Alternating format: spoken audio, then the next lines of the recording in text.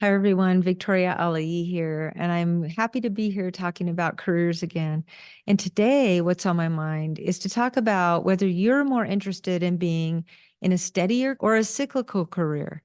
This is definitely a concept that I wish I would have learned when I was a kid or in high school, in college, or I wish my parents would have talked to me about this so that I could have a little more guidance as to what I wanted to go into when I got older. So let's start off talking a little bit about steadier careers. A steadier career, like an educator, is a career that is done in a particular organization or as a business that I can do for a long time, for a big chunk of my career life, if I want to. And so these careers don't change as much as cyclical careers because they're not based necessarily on technology changing or a fad.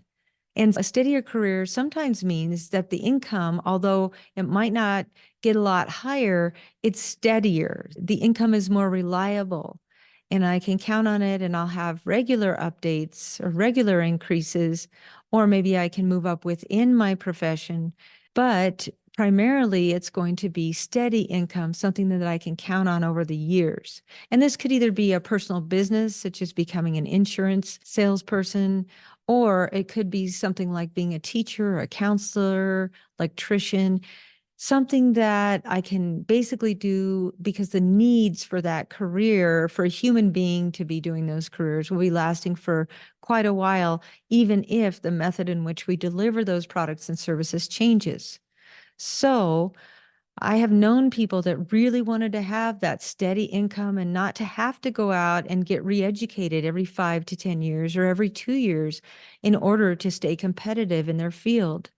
So this gives financial reliability, it gives employment reliability and consistency, and that gives us time to work on other parts of our life. Maybe we end up having a family and focus on that.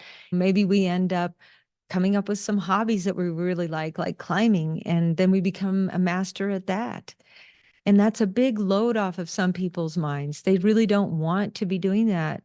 The other thing is that with a steadier career, you can really focus then on your retirement planning when it gets to be that time, and also your strategies for investment. And again, that can become a hobby. One of the examples of this from my own family is someone who became a park ranger and then later went into becoming the park manager for a state park. And she was able to leverage her love for the environment and natural resource management, as well as recreation and boating, into a career that she was able to stay at virtually her entire life after college. Now, she did a lot of work in order to find that career and know that it was a match before she went into it. However, a lot of us have been in sales careers and internet careers or technology-based careers and have experienced ups and downs in those careers. And we may not even be as well off in retirement as somebody who's had a pretty steady job, particularly if they learned how to make some income generating or simply good investments during their career that have helped them have a good retirement. And in her case, she actually ended up with a pension. She was able to have a lot of adventure and danger in her career as a park manager because they are armed and they do arrest people and they do have emergencies that come up and issues and life and death searches for people. Yeah, she did take risks, but it wasn't financially. And so that's something to consider is we're not really talking about risk taking today, but we're talking about steadier versus cyclical careers. And that's an example of a steadier type of a career. Another one might be law enforcement. Another one might be being an electrician. Another one might be being an optometrist, something that people really need. The only thing to pay attention to is whether those careers change while you're involved because of technology. Cyclical types of careers often will give you a higher income level or at least the ability to make a fortune. So cyclical careers are careers that go up and down depending on whether it's a fad, whether it's new technology, or maybe some kind of automation has occurred and the career has changed. So these are the types of careers that I have been most involved with. I've had a few steadier careers, but I've also had a lot of cyclical careers. So some of the traits of cyclical careers are that they can be new, exciting, and fun. And it can be a lot of excitement when a lot of people start working at that company at the same time. And there's a lot of money that can be made, especially for the people that do the inventing of these new products or are there early on in the sales and marketing phase, and people that get into the sales cycle with these new types of businesses. Cyclical careers, when you look at it from a macro level, they often follow some type of technological change or some kind of a societal change. And on a macro level, you can see that human beings started out being hunter-gatherers, and that's what most of the people were doing on the planet. And then somewhere along the line, someone developed agriculture. So then we had more people working in agriculture for a while until about the middle of the 1800s when the industrial era started to come around. And then most people moved from the country to the city and were working in factories.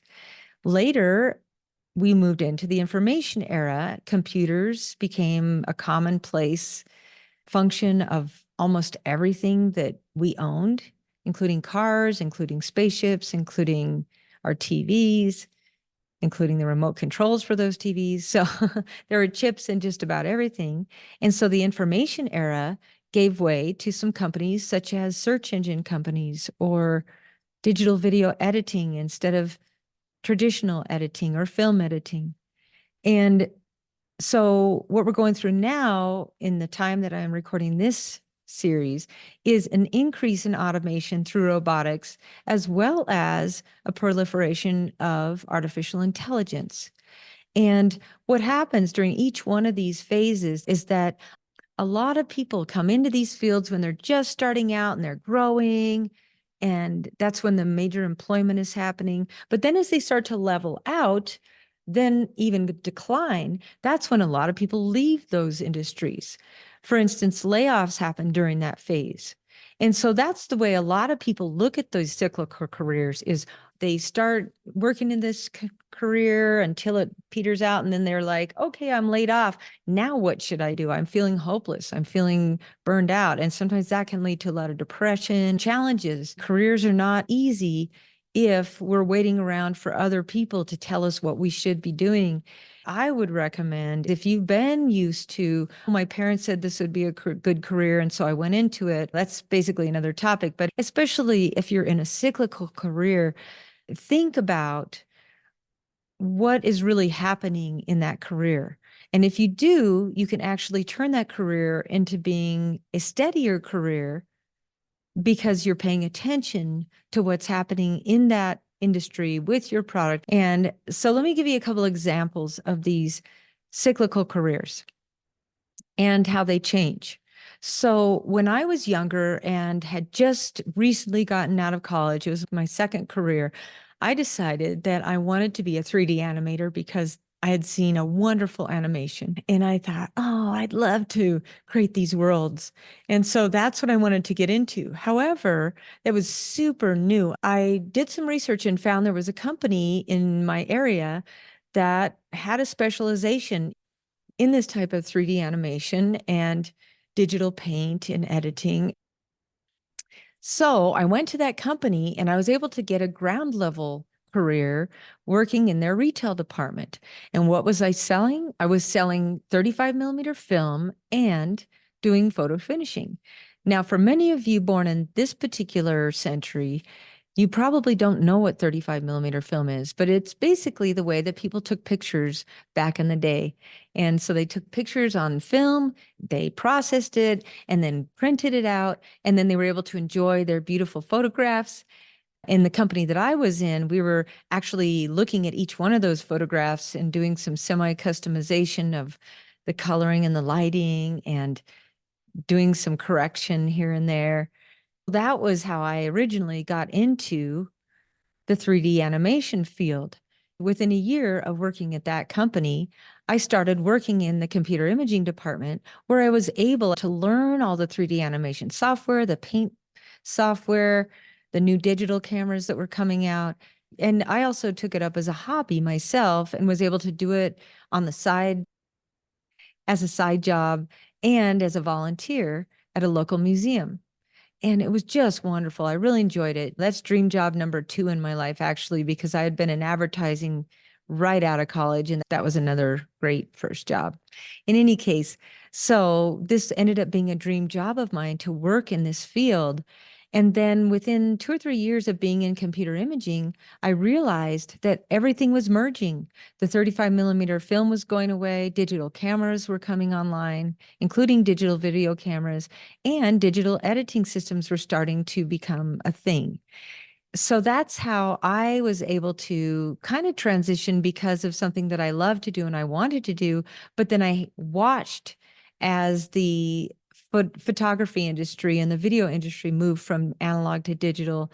And because I was paying attention to it, I didn't experience any layoffs. I didn't experience any problems because I continued to grow with it. So that was one example of how, although I was in a career with 35 millimeter film that was going away, I was able to train myself to understand the new technology. And then I stayed within the same industry while changing the products that I sold, but I kept my sales experience going. The next time I experienced this type of change, a cyclical career, was when I went into recruiting.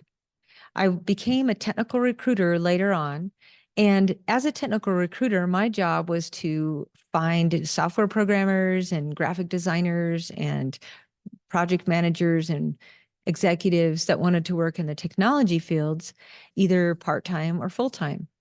And when I started that career, it was still pretty manual. We did use computers in our job, but we were pretty much relied on by especially the high-tech companies to find these individuals. So what happened while I was at that company, within a year, the internet started to come on board and monster.com was born, which is similar to indeed.com now for those of you that are from this century. So when monster.com came on board, what happened is that we had been getting these really high fees for placing people in these companies. Like it was either 30 to 50% of their salary, their annual salary, or we got 25 to 50% of the hourly rate that they were charging for those employees. Within a year of monster.com coming on board, our fees went way down. Our volume of clients that we were placing went way down, like it dropped in half. And so with fewer needs for placements by these companies, our fees also had to go down because of the fact that we were competing with other recruiters. So that was another example of careers changing overnight. In that case, it happened so quickly that I ended up in a layoff situation, which I hadn't been counting on, particularly since I had opened a branch office for this company just a couple of months previous to this, and had also contributed the highest level executive that we've ever placed before in a high-tech company. So when the owner came in with a check to lay me off, I was very surprised. Now, I was shocked at the time because I hadn't really dealt with a layoff before based on the changes in technology. But although it was a little bit shocking, that's what I did to keep going. I leveraged my experience and started a new business in the internet space, launching online real estate solutions for real estate brokers and newspapers. And that really helped me to keep going. I experienced the same thing in real estate years later when the contracts moved from being mostly written on the computer to all electronic signatures and virtual tours done online. I could do that position from anywhere. It was wonderful. So even though the career changed, I only had to change some of the ways that I was doing my job.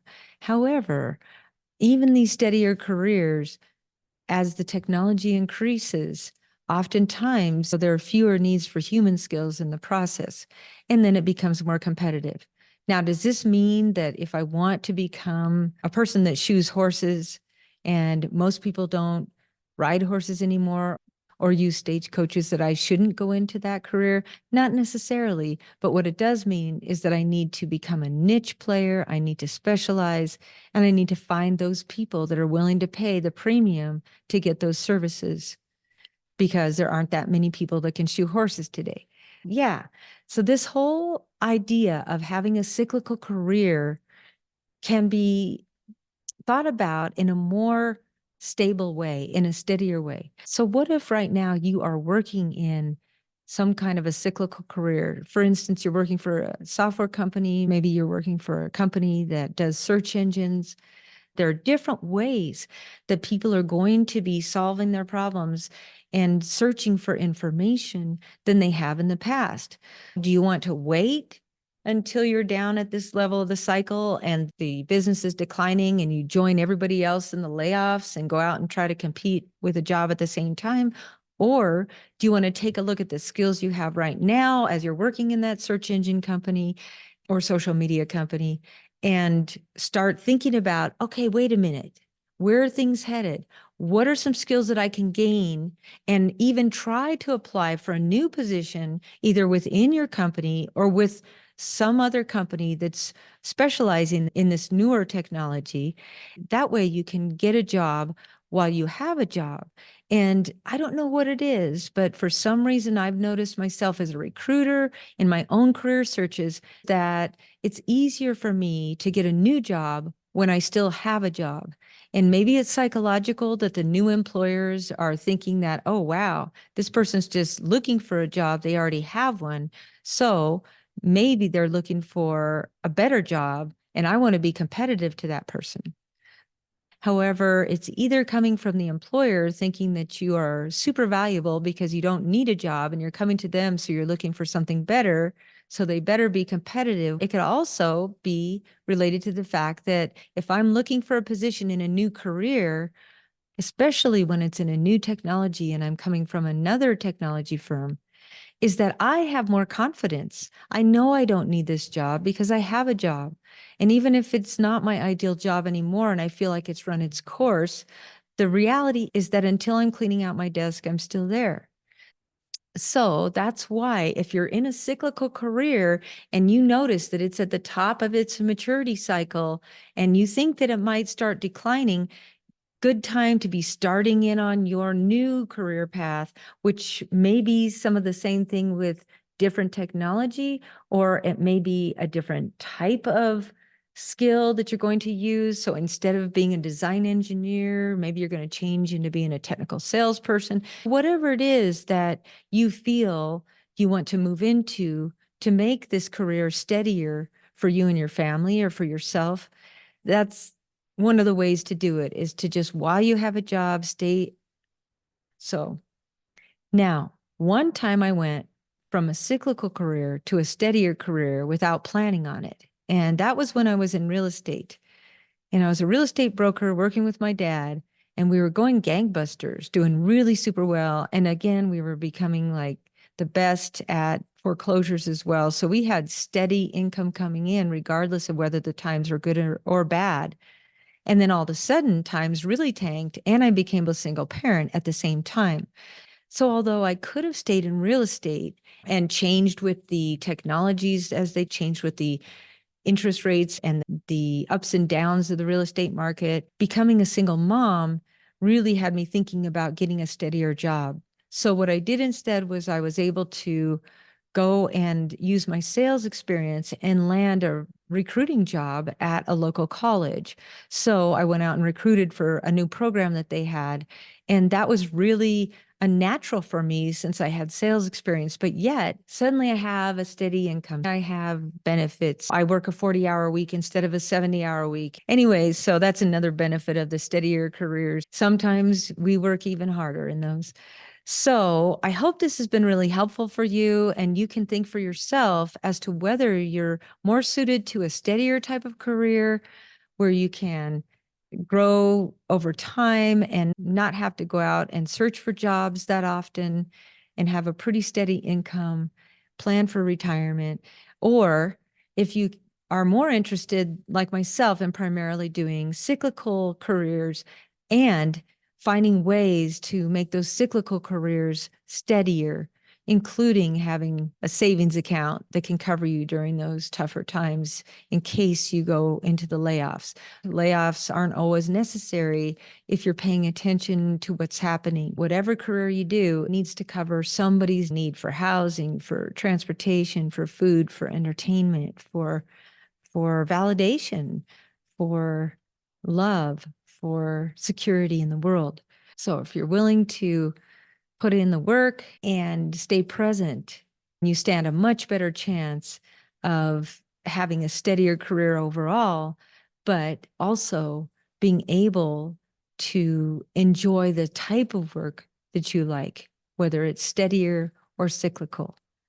As always, I'm wishing you health and happiness and prosperity in all the areas of your life today and always. Until we meet again, take care.